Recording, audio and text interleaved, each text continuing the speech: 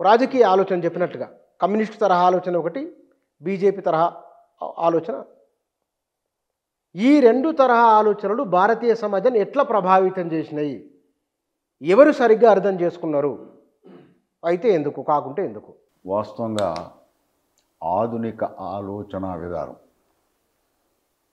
రాజకీయ విధానం, రాజకీయంగా ఆధునికంగా ఆలోచించినటువంటి స్ట్రీమ్స్ని చూస్తే 4 రకాల ఆలోచనలు ఉన్నాయి. ఒకటి ఇండియన్ నేషనల్ కాంగ్రెస్. భారతీయులంతా ఒకటే, భారతీయులు ఒక తాటి మీద నిలబడాలి, స్వాతంత్రం తెచ్చుకొని భారత జాతిని ప్రజాస్వామ్యంకై తీసుకుపోయి నిర్మించాలి అనేది కాంగ్రెస్ యొక్క అభిప్రాయం. దానికి భిన్నంగా కమ్యూనిస్ట్ భావజాలం వచ్చింది. మీరు అలా నిర్మించలేరు, భారతీయులు వర్గ సమాజం, మీరు బూర్జువాలు, మీరు పెట్టుబడిదారులు, మీరు బ్రిటిష్ వాళ్ళకి తొత్తులు, మీరు సరైన స్వాతంత్రం తేలేరు, అది మేమే తెస్తాం, వర్కింగ్ క్లాస్ చేసుకొస్తుంది, రైతులు చేసుకొస్తారు, మేము సోషలిస్ట్ సమాజాన్ని నిర్మిస్తేనే భారతదేశ సమస్య పోతుంది అనేది కమ్యూనిస్టు భావనాలు. భారత జాతి ఒకటే అని చెప్పినప్పుడు కాంగ్రెస్కు వ్యతిరేకంగా భారత జాతి ఒకటి కాదు, అసలు భారత్ అనేటువంటిది హిందూ జాతి. హిందూ జాతితో పాటు మిగతా వాళ్ళు కొంతమంది ఉన్నారు. వాళ్ళందరూ ఈ దేశాన్ని, భారత జాతి అంటే హిందూ దేశం, హిందువులది ప్రైమరీగా, ఎంతోమంది వస్తారు పోతారు ఉంటారు, వాళ్ళు దేశానికి జాతి కాదు. ముఖ్యంగా ముస్లిమ్స్ భారతదేశంలో ఒక జాతి కాదు. కాబట్టి ఏంటంటే హిందూ సమాజం నిర్మించడంలో భాగంగా స్వాతంత్రం నడవాలి అనేది హిందూ మహాసభ ఈ తత్వాన్ని తీసుకొచ్చింది. హిందూ మహాసభ తర్వాత దాని నుంచి పుట్టింది ఆర్ఎస్ఎస్, ఇవన్నీ కూడాను. జనసంఘ్ అనేటువంటిది 52లో పుట్టడం, ఇవన్నీ తర్వాత అట్లా అక్కడ భావజాలం అక్కడ. మూడు. 4వ భావజాలం సైలెంట్గా దీని పక్కన, అన్నిటి పక్క నుంచి నడుస్తూ వచ్చింది, చాలా సైలెంట్గా. పూలే సృష్టించాడు మొట్టమొదలు. కాంగ్రెస్ పుట్టగానే పూలే 1884లో పూలే ఏమంటాడంటే, ఎట్లా తిరిగి మీరు బ్రాహ్మణ సమాజాన్నే నిర్మిస్తారు. పూలే అప్పుడు అన్నాడు ఈ మాట. 90లోనో ఏమో చచ్చిపోయాడు ఆయన, 1890-91 చచ్చిపోయాడు ఆయన. కాంగ్రెస్ పుట్టినాక 6 ఏళ్ళు ఏమో ఉన్నాడు. కానీ అంతకుముందు కాంగ్రెస్ పుట్టే కంటే ముందు మేధావి వర్గం పూనాలో బేసికల్గా మేధావి వర్గం పుట్టి చర్చిస్తుంది కాంగ్రెస్ పుట్టే కంటే ముందు. ఆ చర్చల్లో ఆయన కూడా ఉండవు. ఆయన బాగా ఇంటర్నల్గా ఏమిటి అనేది తెలుసు ఆయనకి. వాళ్ళందరితో కలిసి పనిచేసి రనడే ఫాలోవరు, మహాత్మా ఆయన మహాదేవ్ గోవింద్ రనడే ఫాలోవర్ కదా. సో మిగతా అలాగే పూనాలో మొట్టమొదటిసారి ఇంటలెక్చువల్స్ కలిశారు, ఇంగ్లీష్ ఎడ్యుకేటెడ్ ఇంటలెక్చువల్స్. అందులో ఆయన ఉండడం, వాళ్ళ తత్వాన్ని వాళ్ళ భావాన్ని ఆలోచిస్తూ మీరు ఈ దేశంలో నిర్మించేది తిరిగి బ్రాహ్మణ సమాజమే అని క్లియర్గా వాళ్ళతో చెప్పి డిఫర్ అయ్యాడు. తెలిపోయి ఆయన సత్యశోధక అది పెట్టుకొని వాళ్ళలో లేడు, అలా ఉన్నాడు. తర్వాత ఇళ్లలో ఎడ్యుకేటెడ్ పీపుల్ లేరు కాబట్టి ఆ భావజాలాన్ని ముందుకు తీసుకురాలే. అది ఉంది పేపర్లో, బుక్స్లో అలా మిగిలిపోయి ఉంది. ఆ తర్వాత కాంగ్రెస్ బలం ఏర్పరుచుకునేటువంటి టైంలో పెరియార్ తమిళనాడులో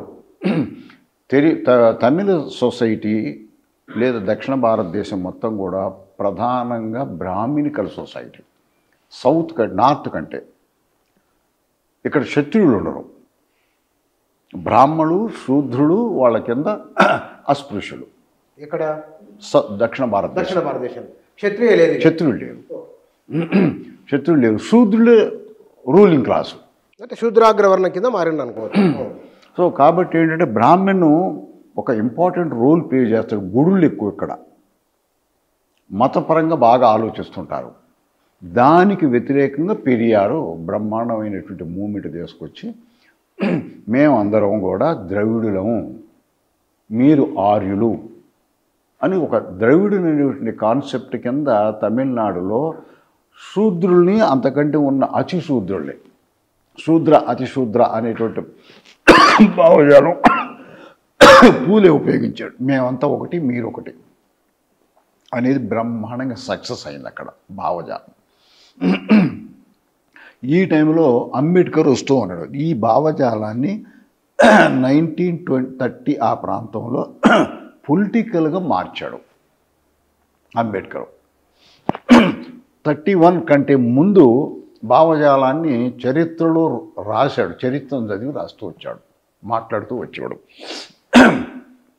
30 తర్వాత ఇది 4 పొలిటికల్ స్ట్రీమ్గా డెవలప్ చేయాలి. అంటే ఇదొక ఆలోచన స్రవం, ఇది ఒక పొలిటికల్ స్ట్రీమ్లో తీసుకొచ్చాడు, జరిగాడు. దాన్ని రౌండ్ టేబుల్ కాన్ఫరెన్స్లో బ్రిటిష్ వాళ్ళ ముందు అందరు కాంగ్రెస్ నాయకుల ముందు పెట్టాడు.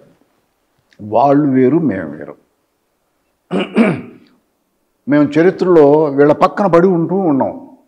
చరిత్ర అంతా స్వాతంత్రం వచ్చిన తర్వాత కూడా వాళ్ళ పక్కనే పడి ఉండడం నాకు ఇష్టం ఉండదు. కాబట్టి నేను వీళ్ళని ఒప్పుకోను అని చెప్పి రౌండ్ టేబుల్లో చెప్పాడు.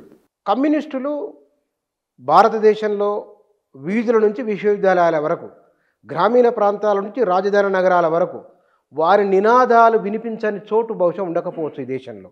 కానీ ఇవాళ ఎక్కడ వినిపించట్లేదు. వాళ్ళు ఈ దేశాన్ని సరిగా అర్థం చేసుకున్నారా, లేకుంటే ఎందుకు? 1936లో జాతీయ ఉద్యమం అనేటువంటిది లెఫ్ట్ టర్న్ తీసుకుంది. 36లో జవహర్లాల్ నెహ్రూ మొదలుపెట్టాడు. లెఫ్ట్ టర్న్ తీసుకోకపోయేటట్టయితే మాస్ మనతో ఉండరు అని అనుకున్నారు.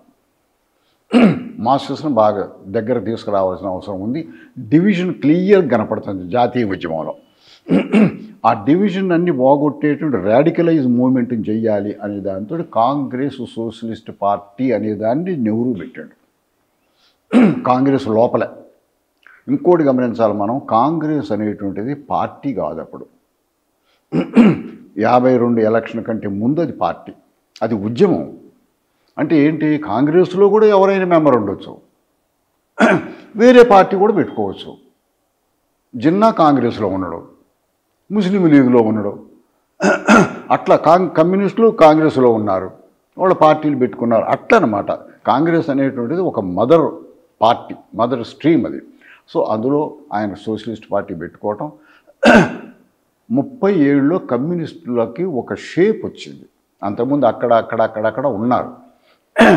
వాళ్ళందరూ కూడా 37లో ఒక పార్టీ లాగా తీసుకొచ్చారు.